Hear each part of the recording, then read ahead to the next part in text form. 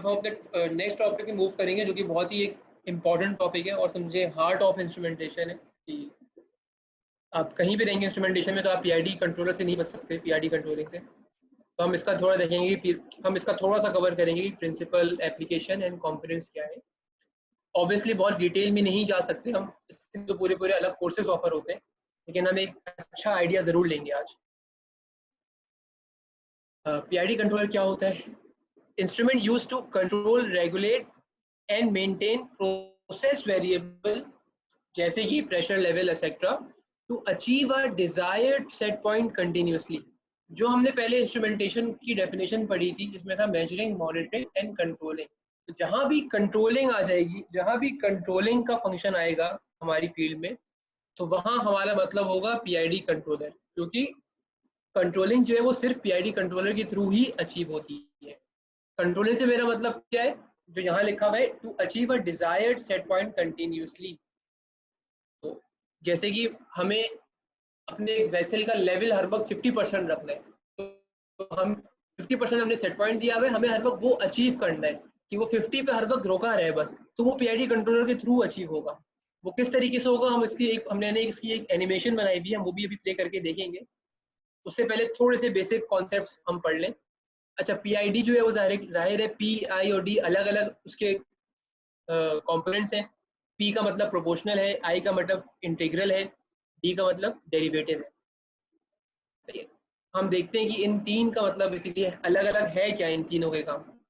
पहले देखते हैं कि ट्रांसमीटर है ना पीआईडी लूप। हमने पहले ट्रांसमीटर हम देख चुके हैं कि ट्रांसमीटर क्या होता है।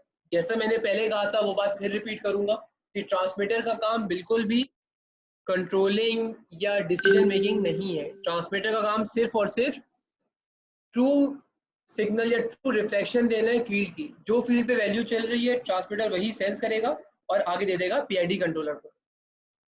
अच्छा, कंट्रोल वेल्व है ना पीआईडी लूप का मतलब क्या होता है? कंट्रोल वेल्व ही सब कुछ होता है। कंट्रोल वेल्व ही बेसिकली सब कुछ तो नहीं, कंट्रोल वेल्व ही बेसिकली वो कंपोनेंट होता है जिसकी वजह से फील्ड पे चेंज होता है। बाकी तो देखिए ट्रांसमीटर है, पीआईडी कंट्रोलर है, ये सब तो इलेक्ट्रॉनिक्स है, ये तो वायरिंग हुई हुई है। कंट्रोल वेल्व वो चीजें जो डायरेक्टली फील्ड पे लगी हुई है, पाइप के अंदर या वेसल के अंदर, और उसके चेंज होने से यानी कि कम ज्यादा होने से, ओपनिंग क्लोजिंग से प्रेशर और लेवल ऑफ फ्लो कम होगा। आप इसकी एग्जांपल इस तरीके से ले सकते हैं, जो आपके घर में प्लम्बिंग हुई हुई होती है, जो आपके वॉश बेसिन में आप टैप ओपन करते हैं और क्लोज करते हैं, वाटर की फ्लो कम ज्यादा होती है। तो इसी तरीके से प्लांट के अंदर कंट्रोल वेल्व लगा हुआ है डायरेक्टली लाइन पे, जिसकी ओपनिंग और क्लोजिंग से आपका फ्लो, लेवल, टेम्परेचर एक्सेट्रा कम ज्यादा होगा, वेरी होगा। और कंट्रोल वेल्व की ओपनिंग और क्लोजिंग कैसे होगी वो डिसाइड करेगा पीआईडी कंट्रोलर। तो बेसिकली ब्रेन या माइंड पीआईडी कंट्रोलर है, लेकिन जो एक्शन परफॉर्म वो करवा रहा है वो थ्रू कंट्रोल वेल्व करवाएगा। अच्छा, कंट्रोल वेल्व जो है वो पूरे 0 से 100% तक रेगुलेट कर सकते हैं। ऐसा नहीं है कि वो फिक्स वैल्यूज है उसकी, वो पूरे एक एक कंटिन्यूस पॉइंट पे रेगुलेट कर सकता है। जिस तरह हमारे घर का टैप होता है या हमारे फैन का डिमर होता है, वो पूरा रेगुलेट होता है 0 से 100% वैल्यूज का। अच्छा, ये टिपिकल एक पीआईडी कंट्रोलर की इमेज है, इसको हम फेस प्लेट बोलते हैं। आपको ये सारे जार्गन्स भी समझने जरूरी है। ये एक फेस प्लेट है पीआईडी कंट्रोलर की। यानी कि अभी अगर एक डीसीएस ऑपरेटर डीसीएस या पीएलसी की कोई एचएमआई खोलता है, कंप्यूटर स्क्रीन खोलता है, उस पर उसको एक पीआईडी कंट्रोलर दिखता है। तो ये पीआईडी कंट्रोलर हमें क्या बता रहा है, मैं आपको बताता हूँ। बेसिकली पीआईडी कंट्रोलर में सबसे इंपॉर्टेंट तीन चीज होती है। आप बाकी चीजों को छोड़ दें, अभी आपसे ये तीन चीजें देखें, पीवी, एसवी और एमवी। पीवी आपको बता रहा है प्रोसेस वैल्यू या प्रोसेस वेरिएबल। एक चैट पे किसी ने कुछ लिखा है, जी मैं एक्सप्लेन करूंगा या मुझसे क्वेश्चन एंड में पूछिएगा उमर, आप याद रखिएगा। या मैं चलिए पीआईडी एक्सप्लेन कर दूं, मैं आपको फिर एक्सप्लेन करता हूँ। सही है, ये मैं एक्सप्लेन कर दूं, इसके एंड में बताता हूँ आपको। अगर ना बताऊं तो आप मुझे रिमाइंड करा दिएगा। तीन चीजें सबसे इंपॉर्टेंट है पीआईडी के लिए अभी। सबसे पहले समझने के लिए पीआईडी कंट्रोलर, पीवी, एसवी और एमवी। पीवी कहते हैं प्रोसेस वैल्यू या प्रोसेस वेरिएबल को। सही है, ये वो वैल्यू है बेसिकली जो ट्रांसमीटर से आ रही है, यानी कि जो ट्रांसमीटर की वैल्यू चल रही है वो पीआईडी यहाँ डिस्प्ले करा रहा है। इस केस में ट्रांसमीटर बता रहा है पीआईडी कंट्रोलर को कि मेरी वैल्यू 27% है, यानी कि 27% लेवल चल रहा है। अच्छा, एसवी जिसको हम सेट वैल्यू बोलते हैं या सेट पॉइंट बोलते हैं, ये हम मैन्युअली वैल्यू देते हैं। यानी कि इस केस में ऑपरेटर ने मैन्युअली इंसर्ट किया हुआ है कि यार मुझे अपने जो कॉलम है लेवल है प्लांट पे, उसका जो लेवल मुझे चाहिए वो 70% चाहिए। यानी कि वो चाह रहे हैं कि मेरे वेसल का 70% लेवल मेंटेन रहे, लेकिन इन एक्चुअल सिर्फ और सिर्फ 27% लेवल मेंटेन रह रहा है। सही है। अच्छा, इन दो को देखते हुए फिर पीआईडी डिसाइड करता है, पीआईडी का जो फंक्शन है वो डिसाइड करता है कि यार वैल्यू सेट 70% हुई हुई है, लेकिन अभी चल जो रहा है वो 27% रहा है, तो उसको देखते हुए फिर पीआईडी अपना आउटपुट जनरेट करेगा। वेल्व को ओपन ज्यादा वेल्व की ओपनिंग बढ़ाएगा या क्लोजिंग बढ़ाएगा, डिपेंडिंग अपॉन कि वेल्व ओपन होने से लेवल बढ़ेगा या क्लोज होने से लेवल बढ़ेगा। ये चीजें बहुत डिपेंड करती हैं कि वेल्व लगा हुआ कहाँ पर है, वेल्व का एक्शन कहाँ, वेल्व का एक्शन क्या सेट हुआ है। अब एक्शन वाली बात मैं अभी भी क्लियर नहीं करूंगा जानबूझ के यहाँ पे, क्योंकि वो थोड़ा सा कंफ्यूजिंग हो जाएगा। पीआईडी जब पूरा समझा दूंगा फिर एंड में आपको बताऊंगा कि पीआईडी एक्शन से क्या मतलब होता है। अभी हम अगर आगे मूव करें, आई होप यहाँ तक क्लियर हो गया हो, क्योंकि ये बहुत जरूरी है ये स्लाइड क्लियर होना आप लोगों के लिए। अब हम इसके बाद आगे मूव करते हैं।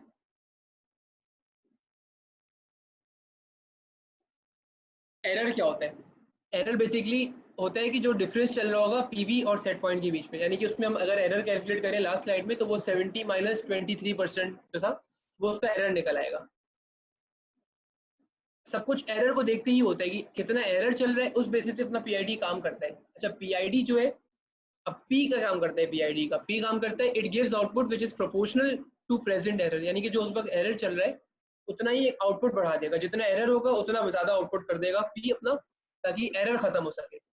लेकिन एरर खत्म नहीं हो पाता, पूरा एक कंटिन्यूअस ऑफसेट रह जाता है, एक स्टेडी स्टेट एरर रह जाता है। और वो स्टेडी स्टेट एरर जो है वो खत्म किस तरीके से होता है, वो इंटीग्रल उसको खत्म करता है स्टेडी स्टेट एरर। अच्छा, डी क्या करता है? D is the only function which predicts future. D future predict करता है। डी एक ब्रेक का काम करता है। डी कहते हैं कि अभी तो मेरा पीआईडी कंट्रोलर सही काम कर रहा है, लेकिन अभी अगर मैंने कोई एक्शन नहीं लिया तो based on the trend values थोड़ी सी मिसमैच हो जाएंगी, तो डी पहले से ही एक्शन ले लेता है। तो डी थोड़ा सा रिस्की होते हैं, तो नॉर्मली हम डी को बंद करके रखते हैं, हम पीआईडी कंट्रोलर को खाली as a only PI controller use करते हैं। ये टिपिकल पीआईडी का फॉर्मूला है। ये फॉर्मूला भी चेंज हो सकता है, वेरी हो सकता है, तो हम इस फॉर्मूले में भी इतनी बात नहीं करेंगे क्योंकि ये एक फॉर्मूला नहीं है। अच्छा, ये इसकी इमेज है, आप इमेज देखें। अजान हो रही है, 1 मिनट का ब्रेक लेते हैं, अजान खत्म हो जाए फिर कंटिन्यू करते हैं।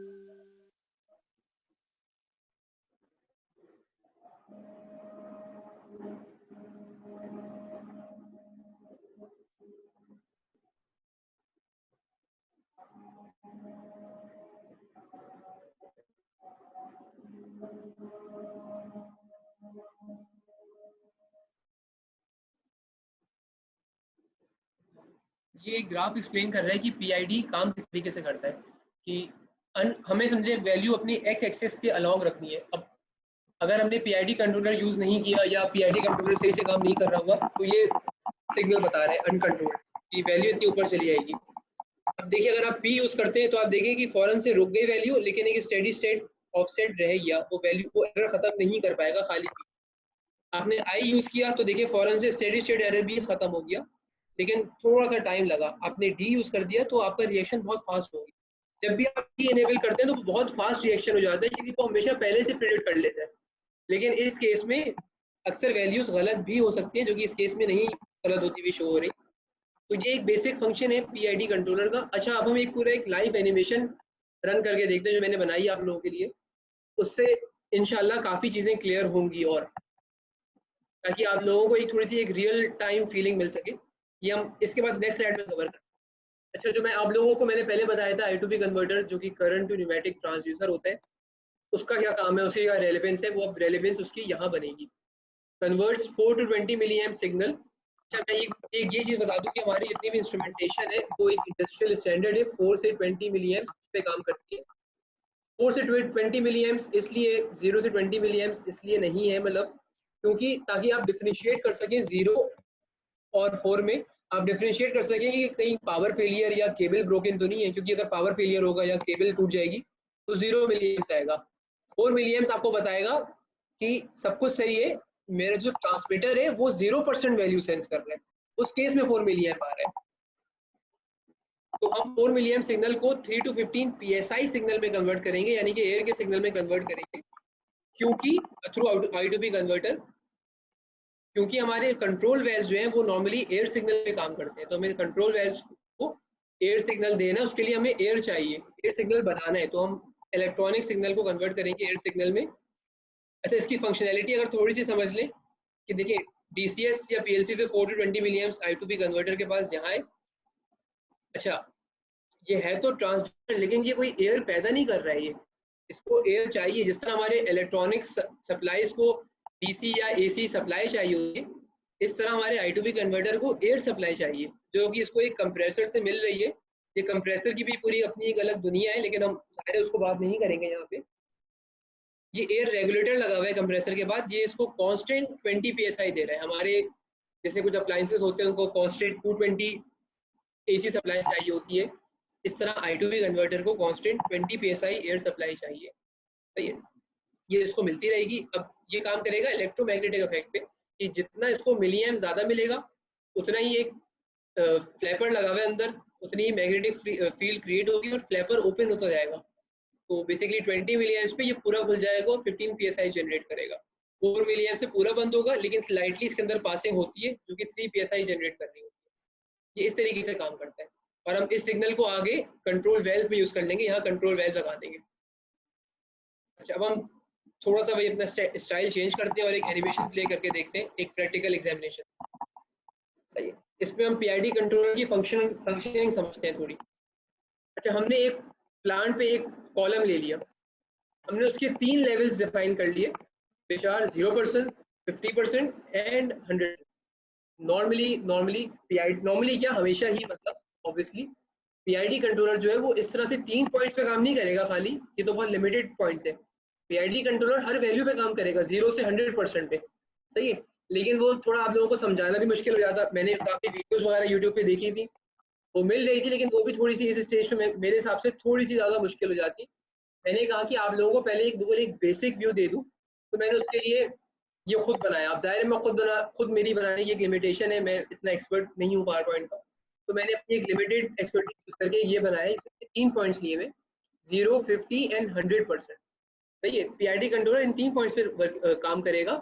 एक्चुअल में वो हर पॉइंट पे काम कर सकता है। अच्छा, हमने एक ट्रांसमीटर लगा दिया, लेवल ट्रांसमीटर। हम यहाँ पे ये बात नहीं करेंगे कि ट्रांसमीटर कौन सी टाइप का है, ये अल्ट्रासोनिक है या डिफरेंशियल प्रेशर पे मेजरमेंट कर रहा है, हम ये बात नहीं करेंगे। बस ट्रांसमीटर है जिसका काम है कि जो एक्चुअल लेवल चल रहा हो वो मेजर करना, और वो मेजर करना और आगे देना। आगे वो 4 से 20 मिलियम्स की फॉर्म में देगा, जो कि PID कंट्रोलर उसको एज अ PV सेंस करेगा, जो हम पढ़ चुके हैं ऑलरेडी। अच्छा, PID कंट्रोलर पे हमने एक और मैनुअली हम उसको सेट पॉइंट देंगे, ऑपरेटर उसको खुद मैनुअली सेट पॉइंट देगा। हमने अपने केस में 50% दे दिया, यानी कि एट ऑल टाइम हमारे इस कॉलम का लेवल 50% पे मेंटेन रहना चाहिए। इन दोनों को देखते हुए, इन दोनों के डिफरेंस को देखते हुए, एरर को देखते हुए PID कंट्रोलर अपना एक आउटपुट जनरेट करेगा, जिसको हम मैनिपुलेटेड वैल्यू या कंट्रोल वेल्व ओपनिंग बोलते हैं। ये अगेन 4 से 20 मिलियन की फॉर्म में होगा। अच्छा 4 से 20 मिलियन की फॉर्म में होगा, ये जाएगा I2P कन्वर्टर के, I2P कन्वर्टर पे, क्योंकि हमें पता है हमारा जो वेल्व है वो एयर सिग्नल पे ऑपरेट हो रहा है, तो 3 to 15 psi इस तरह एयर को मिलेगा, इस तरह कंट्रोल वेल्व को मिल जाए। अब हम एक सिनेरियोस बिल्ड करते हैं। अब हम एक सिनेरियो बिल्ड करते हैं कि हमने देखा हमारे कॉलम का लेवल 0% चल रहा है। अब 0% लेवल का मतलब क्या हुआ? 0% लेवल का मतलब हुआ कि हमारे ट्रांसमीटर ने इसको 4 मिलियन सेंस किया, सही है, और उसने 4 मिलियन का मतलब हुआ कि PID को 0% वैल्यू मिली। लेवल ट्रांसमीटर की लीनियर स्केलिंग होती है, and what I mean by linear scaling की 0% पे 4 मिलियन मिलेगा, उसको 50% पे 12 मिलियन मिलेगा, एंड 100% पे 20 मिलियन मिलेगा। इसको एक लीनियर रिलेशन बनता है परसेंट का और मिलियंस। तो अब PID कंट्रोलर ने बोला कि यार मुझे 0% वैल्यू मिल रही है लेकिन मुझे फीड 50% किया है।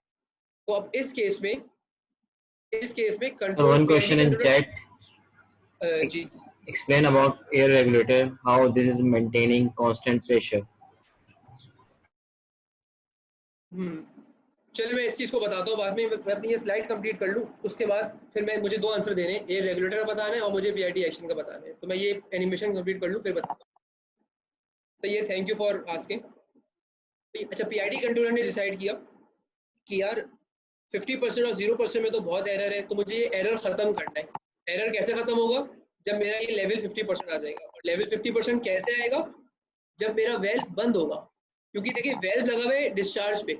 हम यहाँ अज्यूम करते हैं कि इनलेट पे एक कांस्टेंट एक ओपनिंग हुई हुई है, वो कंट्रोल वेल्व ही लगा हुआ, हमने इनलेट कंट्रोल नहीं कर रहे, लेकिन इनलेट पे एक कांस्टेंट फ्लो आ रही है, यानी कि पानी जो है, वाटर जो है, वो हर वक्त एक ही फ्लो से बढ़ता आ रहा है, हम आउटपुट कंट्रोल कर रहे हैं।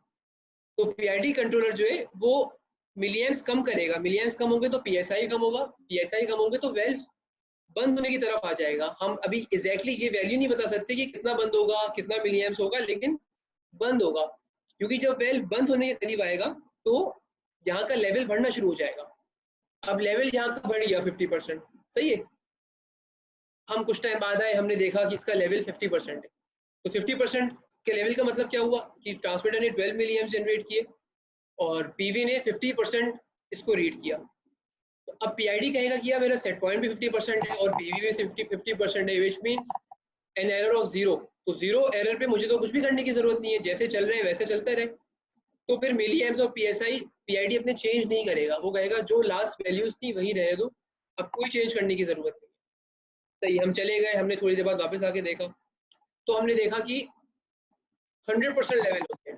अब 100% का लेवल का मतलब क्या हुआ कि लेवल ट्रांसमीटर ने 20 मिलियन सेंस किया और PID ने फिर कहा कि यार 100% PV है और सेट पॉइंट 50 है, तो इतना एरर है। तो मैं एरर कैसे खत्म करूंगा? मैं एरर खत्म करूंगा अपना वेल्व ओपन करके। तो उसने मिलियम्स बढ़ा दिए जिससे वेल्व ओपन हो गया। वेल्व ओपन हो गया तो पानी जाना शुरू हो गया बाहर ज़्यादा से ज़्यादा और वापस लेवल कम हो जाएगा। ये हमने बिल्कुल एक एक्चुअल 100% सिनेरियो नहीं लिया है, क्योंकि जैसे मैंने आपको बताया कि वो खाली लिमिटेड वैल्यूज पे काम नहीं करेगा, 0, 50, 100, वो एट एवरी पॉइंट काम करेगा। लेकिन अंडरस्टैंडिंग के लिए मेरे हिसाब से ये बहुत एक अच्छी एनिमेशन बनी हुई, अगर आप इसको समझ लें तो आप PID कंट्रोलर की फंक्शनिंग समझ सकते हैं। मैं बाकी 2 क्वेश्चंस का आंसर करता हूँ, उसके अलावा इस एनिमेशन से रिलेटेड भी जो क्वेश्चन है वो भी आप लोग तब तक पूछ लें। जो पहला क्वेश्चन पूछा था डायरेक्ट एक्शन का, आप जैसे यहाँ देख सकते हैं ये वेल्व लगा हुआ है हमारा डिस्चार्ज पे, सही है। हम अगर वेल्व को लगा देते क्या कहते हैं इनलेट पे, तो हमारा एक्शन चेंज होता।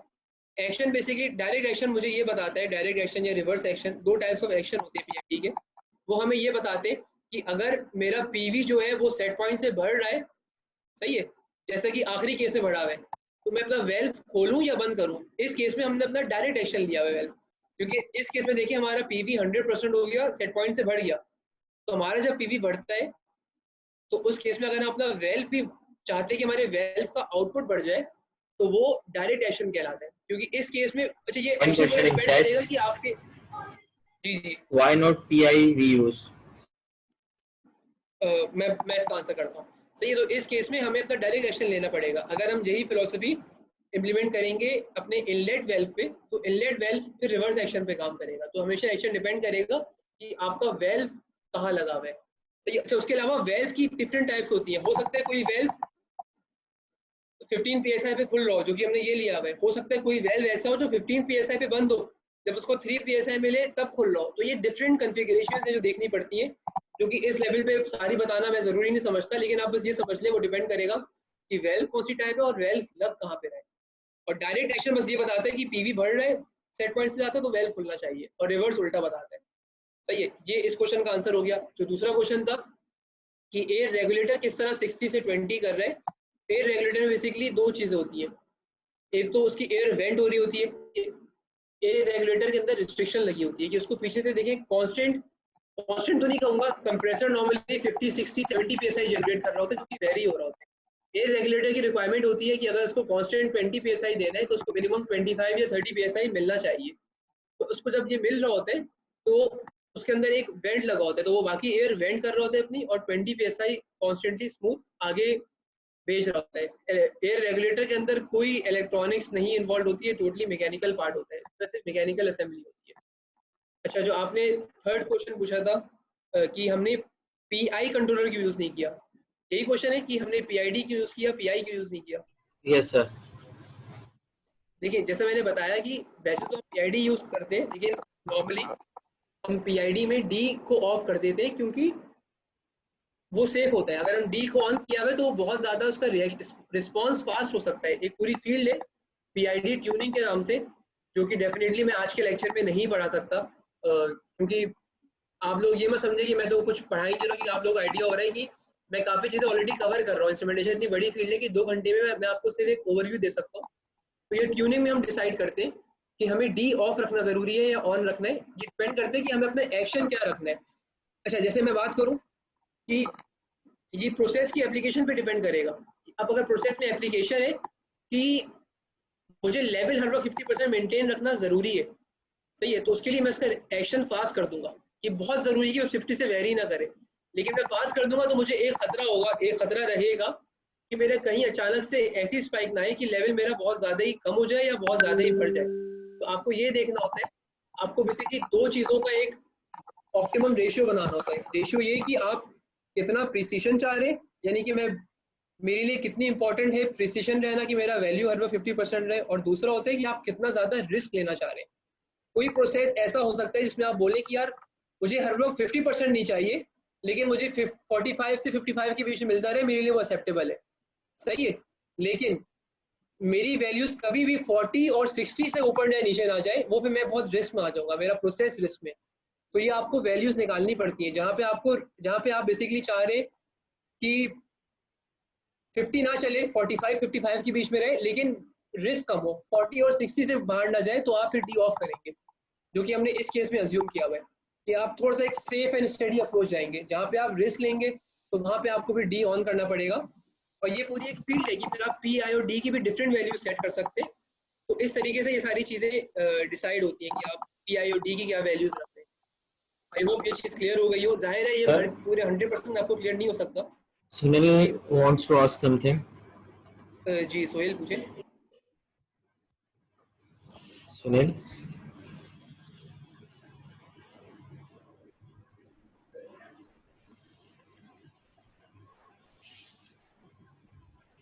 Sunil, you can ask now. Sunil.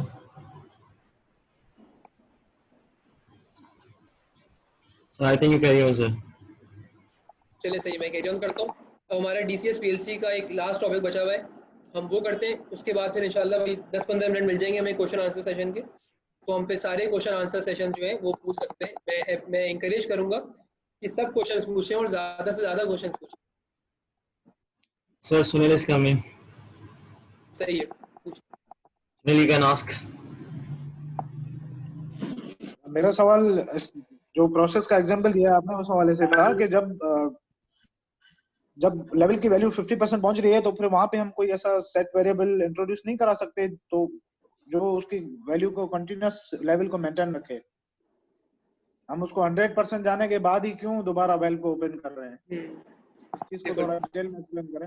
हाँ, जैसे मैंने आपको कहा था कि यहाँ पे मैंने जो एक्सप्लेन किया आपको, ये बिल्कुल एक्चुअल सिनेरियो एक्सप्लेन नहीं किया है। एक्चुअली जो आप कह रहे हैं ऐसे ही होगा। पीआईडी कंट्रोलर का काम ही यही है कि आपने जो सेट पॉइंट दिया हुआ है जो कि 50% है, तो यहाँ पे हर वो 50% ही मेंटेन रखेगा उसको, सही है। लेकिन वो 50% मेंटेन किस तरीके से रख रहा है, वो मैंने सोचा कि आपको समझाने के लिए मैं इस तरीके से बना के बताऊं कि लेट सपोज कि किसी वजह से, आप अज्यूम कर लें किसी वजह से वो वैल्यू बढ़ गई, 100 तक चली गई, तो पीआईडी कंट्रोलर उसको वापस किस तरीके से लाएगा।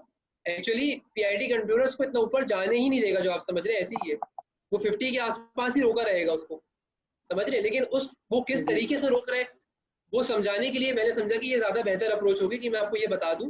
और तभी मैंने पहले क्लियर किया कि पीआईडी कंट्रोलर सिर्फ इतनी लिमिटेड 3-4 वैल्यूज पे काम नहीं करता, वो कंटिन्यूसली हर पॉइंट पे काम करेगा पीआईडी कंट्रोलर, और वो वैल्यू को ऊपर नॉर्मली नहीं जाने देगा इतना ज्यादा। सही है सुनील? जी जी बिल्कुल। इसकी ट्यूनिंग के बारे में आपने नहीं बताया कि किस तरह से ट्यूनिंग होती है इसकी। देखिए ट्यूनिंग एक बहुत एक डिफिकल्ट एक डोमेन है सुनील। अगर मैं ये समझाने पे आ गया तो मैंने ये समझा कि आप पहले थोड़ा सा एक पीआईडी कंट्रोलर समझ लें, कि ट्यूनिंग तो फिर बात की बात है। अभी तो यहाँ पे काफियों को पीआईडी कंट्रोलर की फंक्शनैलिटी क्लियर नहीं होगी। ट्यूनिंग में मैंने आपको यही बोला कि आप पी, आई और डी की वैल्यूज को आप ट्वीक करते हैं, कम ज्यादा करते हैं, डिपेंडिंग अपॉन कि आपको रिस्पॉन्स कितना तेज चाहिए। क्योंकि आप जो बात करें कि 50 पे हर वक्त रोका रहेगा, तो हो सकता है कि कहीं वो 55 से 45 के बीच में मूव कर रहा हो, तो आपको कितनी जल्दी रिस्पॉन्स चाहिए, कितना प्रिसाइज रिस्पॉन्स चाहिए, क्योंकि जितना प्रिसाइज होगा उतना फिर रिस्क भी होगा।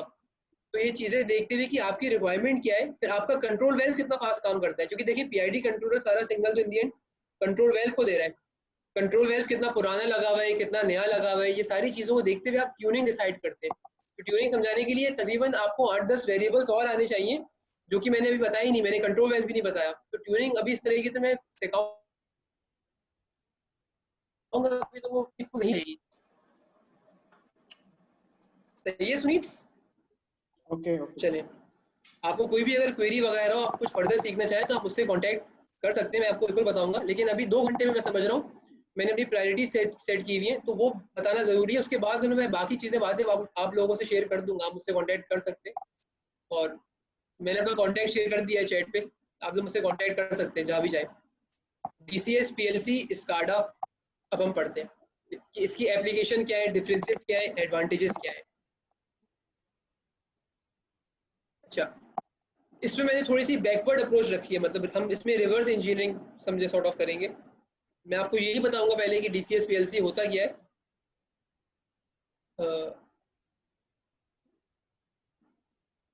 इसमें होस्ट आप प्लीज मेरा जो कांटेक्ट नंबर है और ईमेल एड्रेस भी शेयर कर दिएगा, जो मैंने आपको शेयर की थी, कि अगर मुझसे कोई डायरेक्टली कांटेक्ट करना चाहिए ईमेल पे या व्हाट्सएप पे तो वो भी कर सकता है, आप शेयर कर दिएगा।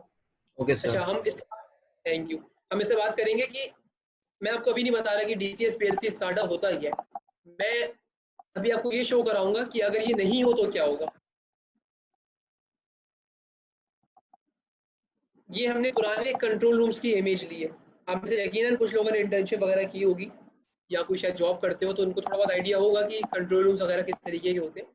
ये हमने पुराने कंट्रोल रूम्स लिए नॉर्मली। अच्छा, अभी भी आपको कहीं इस तरीके के कंट्रोल रूम मिल जाएंगे, सही है, लेकिन ज्यादातर अब इस तरीके के नहीं होते, वो उसमें डीसीएस पीएलसी आ जाता है। ये इमेजेस है, यहाँ पे कोई डीसीएस पीएलसी नहीं है, तो आप देखिए इसमें कोई बड़ी सी कोई एचएमआई नहीं लगी हुई, कोई कंप्यूटर नहीं है। ये डिफरेंट इंडिकेशंस आ रही हैं। ये कोई इंडिकेशन हो सकती है किसी प्रेशर की हो, ये किसी लेवल की हो, ये टेम्परेचर की हो, ये फ्लो की हो, ये अलार्म्स आ रहे हैं। तो एक ऑपरेटर जो बैठा हुआ है उसको यहाँ भी भागना है, यहाँ भी भागना है। अच्छा, हो सकता है यहाँ का जो प्रेशर आ रहा है वो इस टेम्परेचर के साथ लिंक अप हो, तो उसको यहाँ भी देखना है, यहाँ भी देखना है। तो ये है हैजर्ड है, प्लांट चल तो रहा है लेकिन उसके लिए संभालना बहुत मुश्किल होगा कि उसको इतनी सारी वैल्यूज देखनी पड़नी है इधर से उधर। उसके लिए फिर उसको एक बंदे का काम नहीं है, 2-3 बंदे चाहिए होंगे कम से कम। अच्छा, ये एक इमेज है जिस प्रोजेक्ट में मैं इन्वॉल्व था, जिसमें मैंने ट्रेनिंग ली थी, सिंगापुर गया था। ये एक हमारी इमेज है जिसमें हमारे पास भी पहले डीसीएस या पीएलसी नहीं थी। ये हमारे पास इसी तरह की इमेज है कि देखिए different recorders, alarms, switches, PID controllers, इस तरीके से सब कुछ लगे हुए थे इधर से उधर। ये फिर हमने अपना, क्योंकि डीसीएस जब इम्प्लीमेंट किया तो इस पूरी वॉल्व को हमने रिप्लेस कर दिया इन कंप्यूटर से, इन एचएमआई से। ये तब की इमेज है जब हमारा प्लांट कमीशन होने वाला था डीसीएस। जब ये कमीशन हो गया तो ये पूरी वॉल हमारी रिमूव हो गई, अब इस पर कुछ भी नहीं आता। अब इसकी सारी वैल्यूज इन लिमिटेड कंप्यूटर्स पे आती है, तो आप खुद अंदाजा लगा सकते हैं कि ऑपरेटर्स के जब काम कितना आसान हो गया है कि वो बैठे बैठे पूरा प्लांट इन कंप्यूटर्स पे देख सकते हैं। अच्छा, अब हम बात करें कि अब मॉडर्न कंट्रोल रूम्स किस तरीके के होते हैं, तो वो इस तरीके के होते हैं कि इस तरीके से 2-3 ऑपरेटर बैठे होते हैं, एक ऑपरेटर होता है, पूरे प्लांट की वैल्यूज आ रही होती है इन कंप्यूटर्स पे। सही है।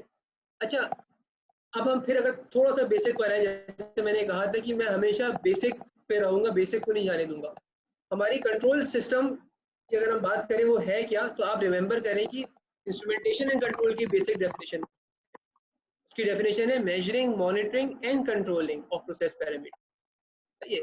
तो ये सारे फंक्शंस जो हैं वो डीसीएस या पीएलसी के बगैर भी अचीव होते आ रहे थे और हो सकते हैं, ये through individual recorders, रिलेस, logic cards, PID controller, जिस तरह पुराने कंट्रोल रूम से हमने देखा। सही है। तो फिर कंट्रोल सिस्टम क्या चीज़ है? A system which integrates different components and logics to enable all instrumentation related functions, यानी कि ये सारे functions जो हैं एक सिंगल प्लेटफॉर्म के through more convenient and efficient manner में अचीव हो, उसे हम कंट्रोल सिस्टम बोलते हैं। सही है। पीएलसी और डीसीएस दोनों जो है वो कंट्रोल सिस्टम की टाइप है। अभी तक मैंने आपको डिफरेंशिएट नहीं किया कि पीएलसी और डीसीएस में क्या डिफरेंस है, तो मैं आगे करूंगा। पहले ये जरूरी था क्लियर करना कि कंट्रोल सिस्टम की नीड क्या है और कंट्रोल सिस्टम क्या है। सही है। अब आप लोग खुद इस तरीके से देखें कि आप लोग जो नॉर्मली पीएलसी प्रोग्रामिंग वगैरह कर रहे होते हैं, तो क्या आप लोग ये सारी चीज़ें सोचते हैं, ये सारी चीज़ें कवर करते हैं, पीएलसी की ज़रूरत क्या है? पीएलसी की प्रोग्रामिंग करना तो मैं इस तरीके से समझूं कि खाली आप कोई सॉफ्टवेयर यूज़ कर रहे हो, आप फेसबुक यूज़ कर रहे हो, तो ये आप प्रोग्रामिंग तो सीख जाएंगे। हर पीएलसी की प्रोग्रामिंग अलग तरीके से होगी, आपके कॉन्सेप्ट्स क्लियर होने ज़्यादा ज़रूरी है।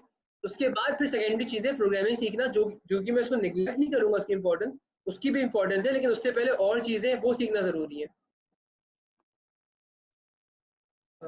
यहाँ पे किसी ने कुछ पूछा है क्वेश्चन? सही है मेरा, सही है। हम अच्छा, डीसीएस आर्किटेक्चर क्या होता है? डीसीएस या बीएलसी आर्किटेक्चर, आप कभी भी जाएंगे किसी प्लांट पे, इंटर्नशिप पे जाए, जॉब पे जाए, तो आपका पहला सवाल डीसीएस या पीएलसी से रिलेटेड ये होना चाहिए, क्योंकि मेरा भी हमेशा ये होता है कि आर्किटेक्चर क्या है, मुझे आर्किटेक्चर बताएं। आर्किटेक्चर वो चीज़ बताता है कि आपके फील्ड में कितने इनपुट्स आउटपुट्स आ रहे हैं जो कि डीसीएस या पीएलसी के साथ कनेक्टेड है, वो किस तरीके से आ रहे हैं, किन केबलिंग से आ रहे हैं। फिर आपके पास कितने कंट्रोलर्स लगे हुए हैं डीसीएस पीएलसी के, कितने कार्ड्स हैं, कितने रैक्स हैं, और वो किस तरीके से कितने कंप्यूटर्स में आके कनेक्ट हो रहे हैं, कौन से कंप्यूटर में आप क्या एक्टिविटी परफॉर्म कर सकते हैं। सही है। तो ये डिफरेंट चीज़ है, मैं इसको बिल्कुल एक हाई लेवल रखूंगा, ज़्यादा डिटेल में नहीं जाऊंगा इसमें आगे। ये आपको एक आर्किटेक्चर, एक ओवरऑल एक बर्ड्स आई व्यू देता है पूरे अपने डीसीएस या पीएलसी सिस्टम।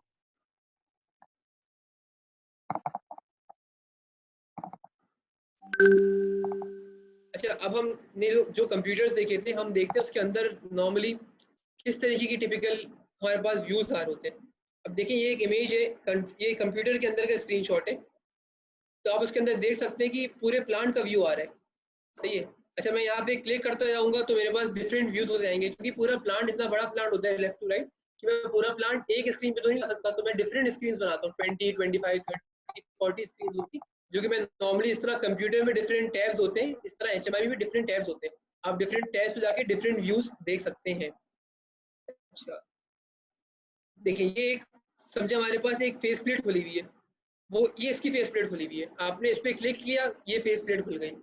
जो लास्ट अलार्म्स है मेरे पास वो भी आ रहे हैं, ये रेड हाईलाइट, ये रेड चीजें हाईलाइट हुई है, मतलब ये मुझे बता रहे हैं कि अलार्म है। इस तरह देखिए, ऑपरेटर के पास बैठे बैठे सारा व्यू आ रहा है हर चीज का, वो इंटीमेट भी हो रहा है, कोई भी अलार्म आ रहा है उससे उससे वो चीज मिस नहीं हो रही। इस पे आपके पास डिफरेंट ट्रेंड्स बने आ रहे हैं, आप एक एक साल पुराना ट्रेंड देखना चाह रहे हैं तो वो भी देख सकते हैं।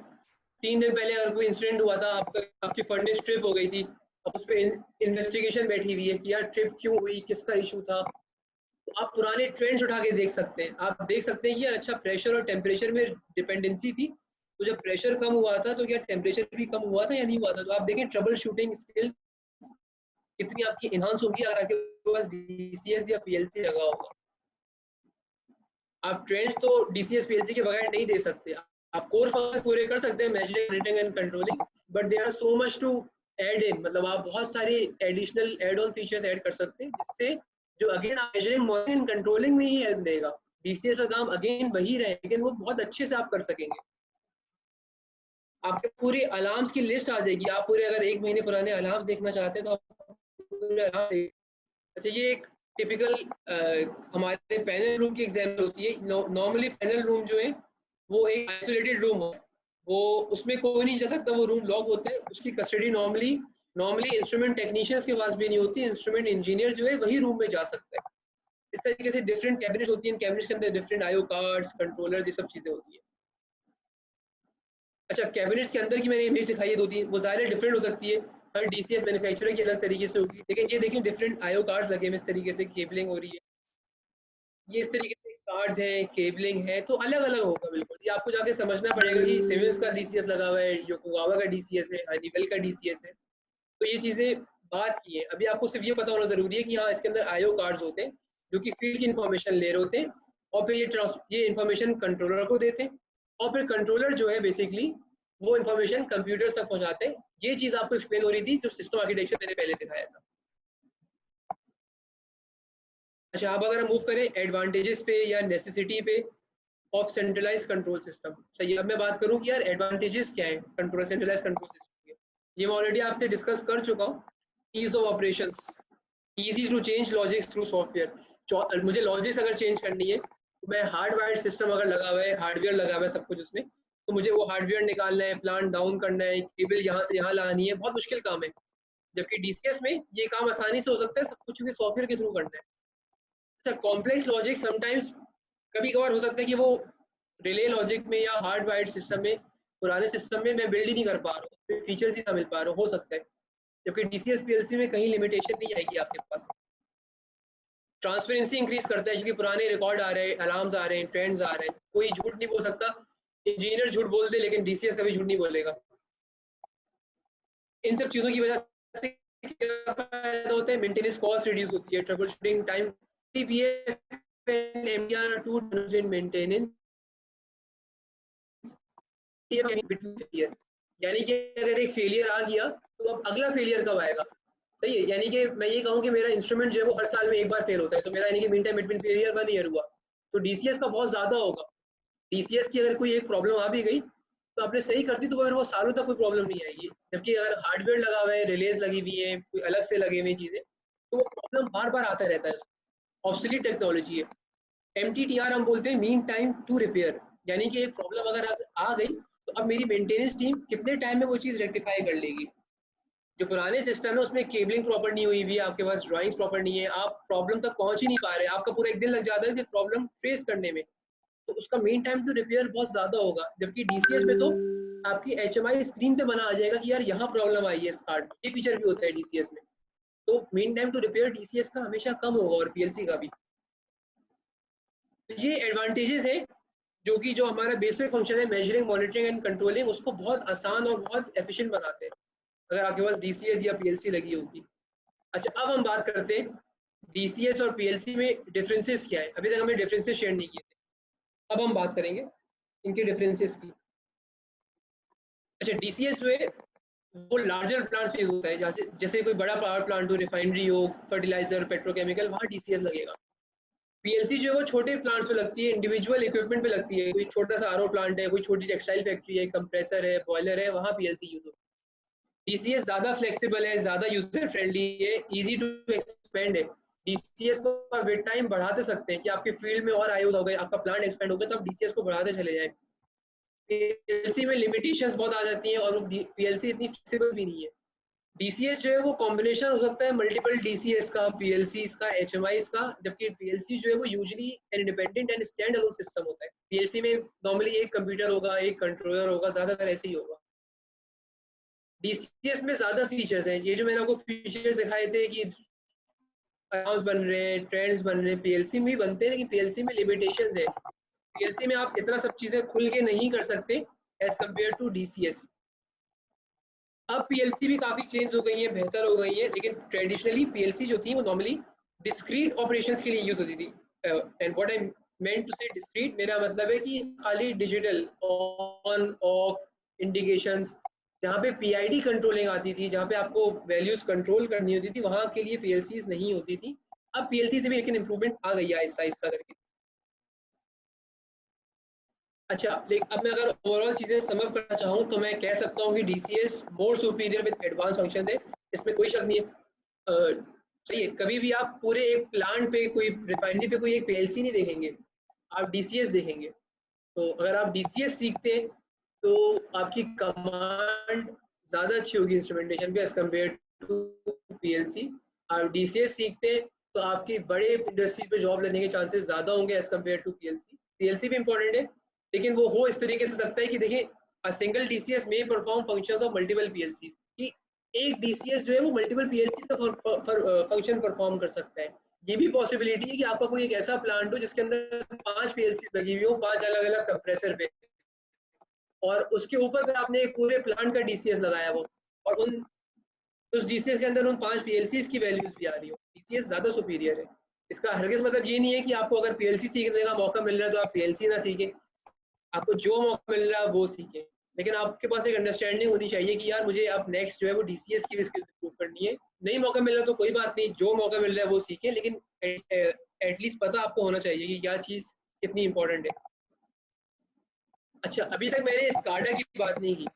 स्काडा कंट्रोल सिस्टम से थोड़ा सा डिफरेंट है। As the name suggest, SCADA की मीनिंग है supervisory control and data acquisition. सही है, एक टॉप लेवल सुपरवाइजरी व्यू के लिए होता है, ये कंट्रोलिंग के लिए नहीं होता। Use primarily for centralised monitoring of geographically spread areas. जैसे मैं इसकी एग्जांपल दूं, के इलेक्ट्रिक की एग्जांपल दूं कि आपके एरियाज में डिफरेंट ग्रिड स्टेशन बने हुए हैं। उन ग्रिड स्टेशन में बहुत लिमिटेड इनपुट्स आउटपुट्स हैं, बहुत लिमिटेड इंस्ट्रूमेंट्स हैं।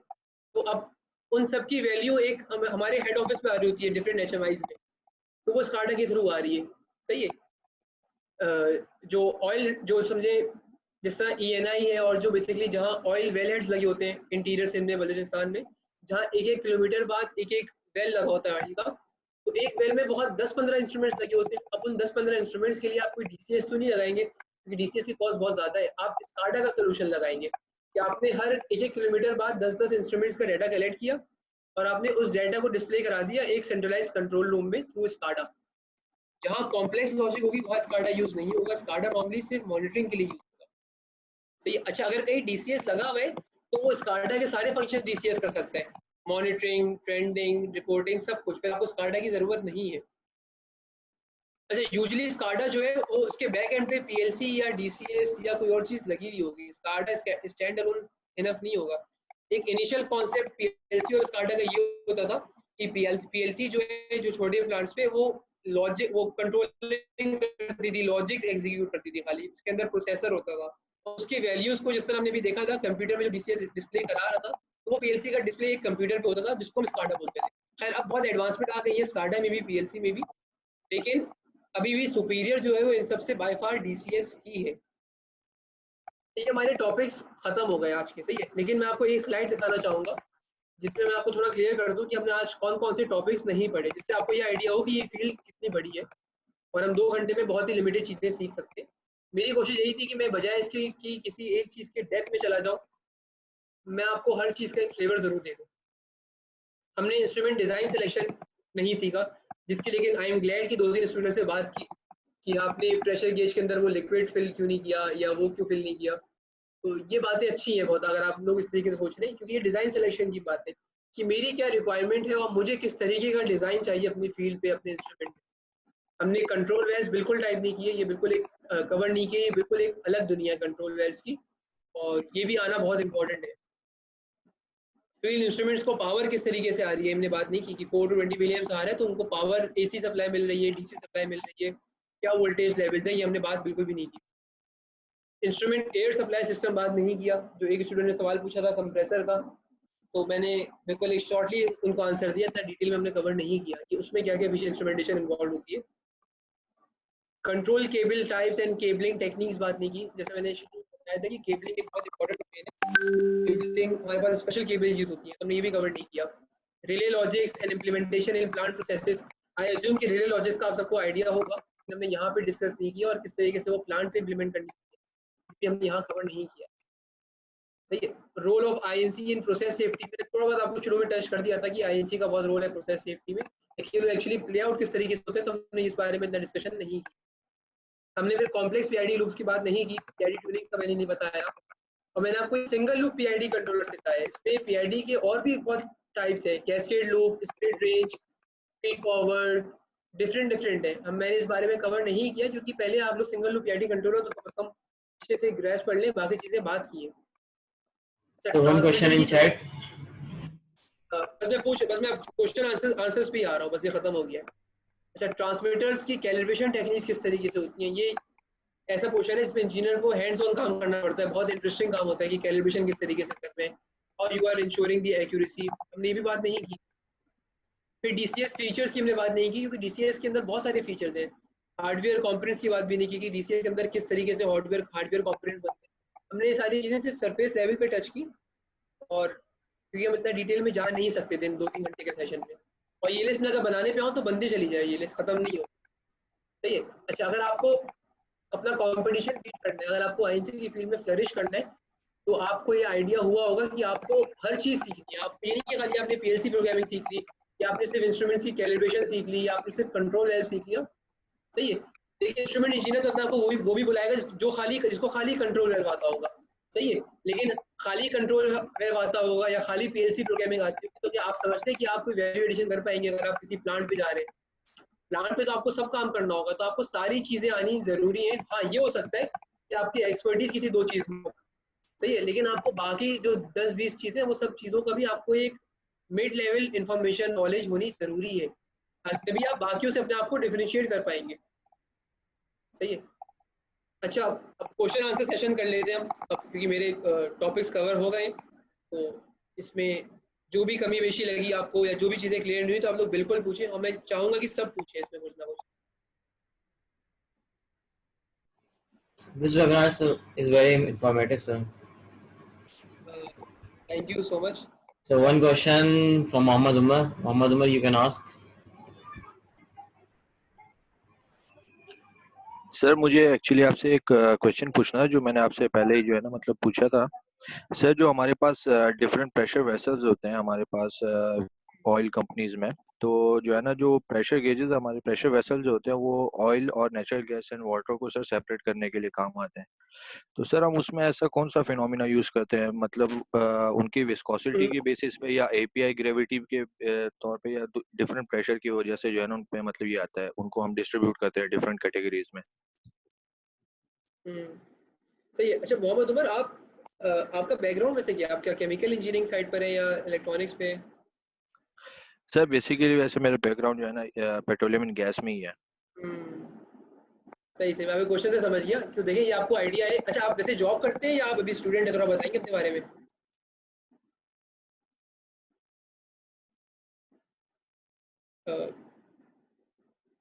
चलिए मैं थोड़ा एक्सप्लेन कर देता हूँ। सही है, वो आपका म्यूट हो गया। तो देखिए मोहम्मद उमर, ये जो चीज़ आप पूछ रहे हैं ना कि फिनोमिना क्या होता है, वैसे तो देखिए ये इंस्ट्रूमेंटेशन एंड कंट्रोल के डोमेन में नहीं आती। इंस्ट्रूमेंटेशन एंड कंट्रोल फील्ड के डोमेन में ये चीज़ आती है। मैं बाकियों को क्लियर कर दूँ, फिर मैं आपके क्वेश्चन पे भी आता हूँ, मैं जिस हद तक बता पाऊँ।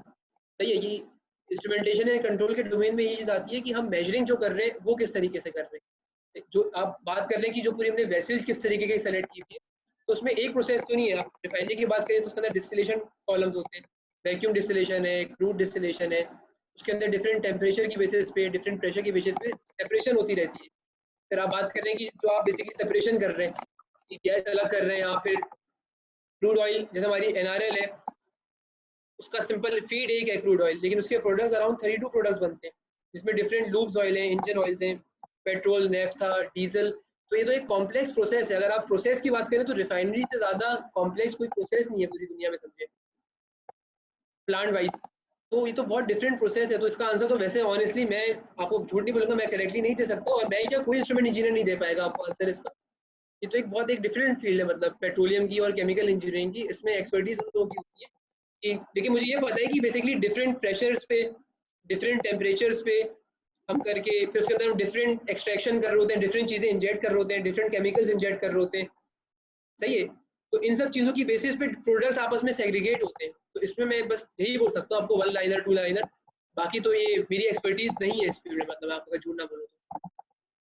सर हमने वैसे मतलब कि जो हमारे पास बोर होल होता है या हमारे पास रेजर्वायर होता है उसमें सर हम जो है ना कैपिलरी प्रेशर भी यूज करते हैं, जो मतलब दो फ्लूइड्स वगैरह या जो गैसेस वगैरह आपस में जो मिक्सअप नहीं होती, मिजिबल नहीं होती, तो उस वजह से भी एक फैक्टर हो सकता है या नहीं? हो सकता है इसमें डिफरेंट चीज़ें कि आप किस तरीके से कर रहे हैं, कैपिलरी ट्यूब यूज़ कर रहे हैं आप या डायरेक्ट कांटेक्ट में चीज़ को ला रहे हैं, लेकिन ये चीज़ जो है ये बिल्कुल एक अलग फील्ड है मतलब, और इसमें कोई एक आंसर नहीं है। मतलब मैं अगर अपनी रिफाइनरी की बात करूँ एनआरएल की, तो मुझे एक बेसिक अंडरस्टैंडिंग तो है सारे प्रोसेस की, मैं रहा हूँ उधर, तो हमारे यहाँ समझे एक यूनिट पे अराउंड 50 इक्विपमेंट होंगे, मतलब 2 डिस्टिलेशन कॉलम्स थे, फिर 3 फर्नेसेस थी, फिर अलग एक्सचेंजर थे, तो हर एक का फिनोमिना अलग है। कहीं पे हीट एक्सचेंजर के थ्रू हम प्रोडक्ट बना रहे हैं, कहीं पे हम कोई चीज़ इंजेक्ट कर रहे हैं, कोई अमोनिया या कोई अलग से कोई सोल्यूशन केमिकल ऐड कर रहे हैं, कहीं पे हम टेम्परेचर ऊपर ले जाके सेग्रीगेट कर रहे हैं। तो ये अलग-अलग, हर एक का अलग-अलग है, मैं कोई एक नहीं बोल सकता कि ये चीज़ फॉलो होती है। अलग-अलग टेक्नोलॉजीज़ है, अलग-अलग सॉल्यूशंस हैं इसमें।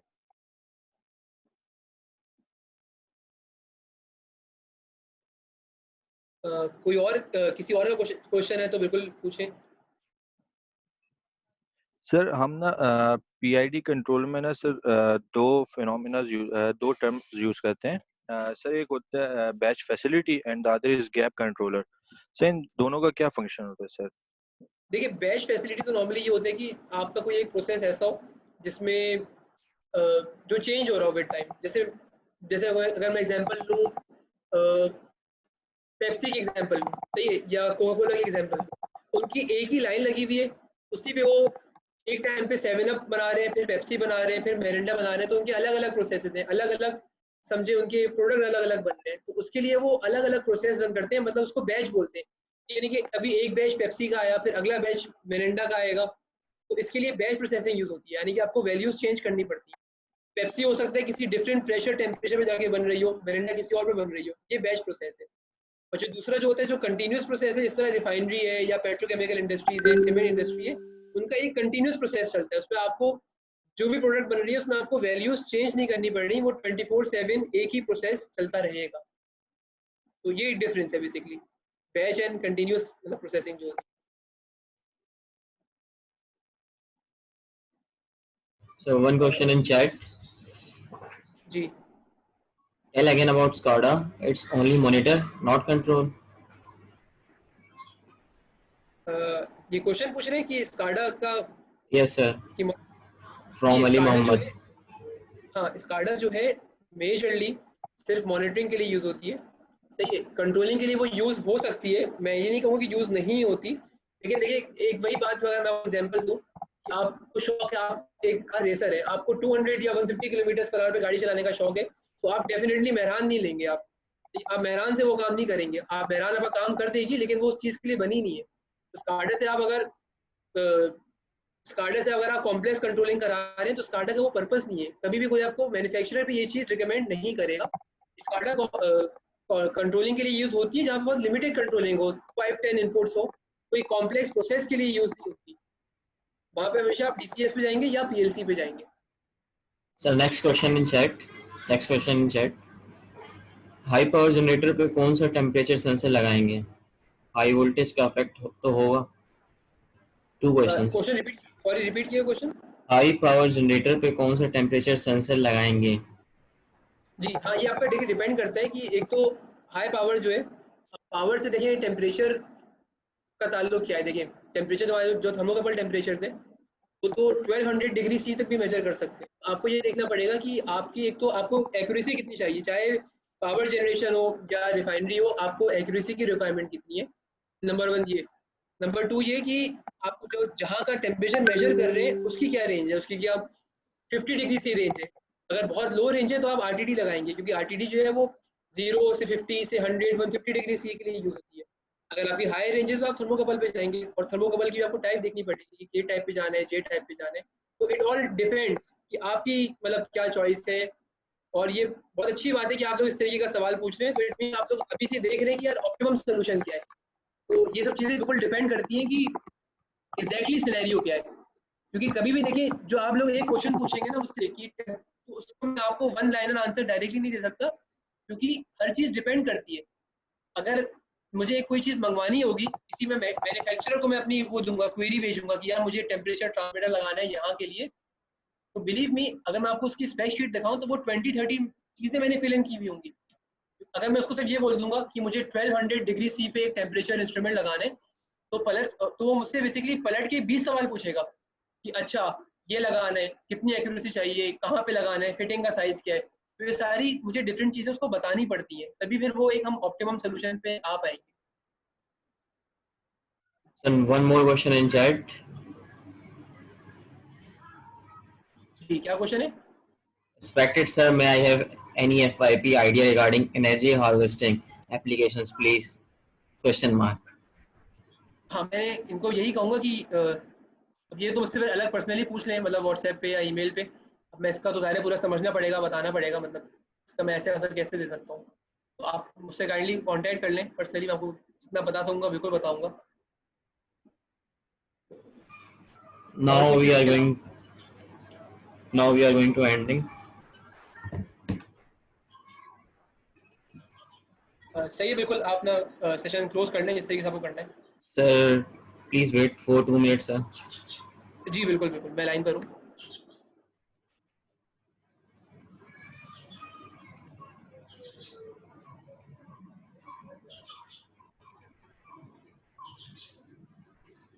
So you can see screen. Ji We will now like to Thank you. present a small token of appreciation for our esteemed speaker on behalf of all the participants and our entire organizing body. We would like to thank you humbly for joining us today and giving us your time. It was an honor for us. Thank you so much. We would also like to thank you, our participants, for joining us today and showing interest in our events, particularly those who have joined us from today, UK, Qatar, and Philippines. Thank you so much for your continued support. As we explained before, we will share a quiz link with you and you will be eligible for your certificates after attempting it. Recording of this event will also be provided. Thank you so much once again. Goodbye for now. Allah Hafiz.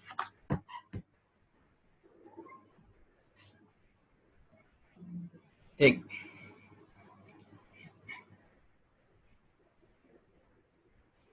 Okay, sir. Thank you. Allah Hafiz. You're welcome. Thank you so much for the appreciation. Thank you so much, and it was a pleasure working with you guys. Thank you so much for the support. Allah Hafiz. Allah Hafiz.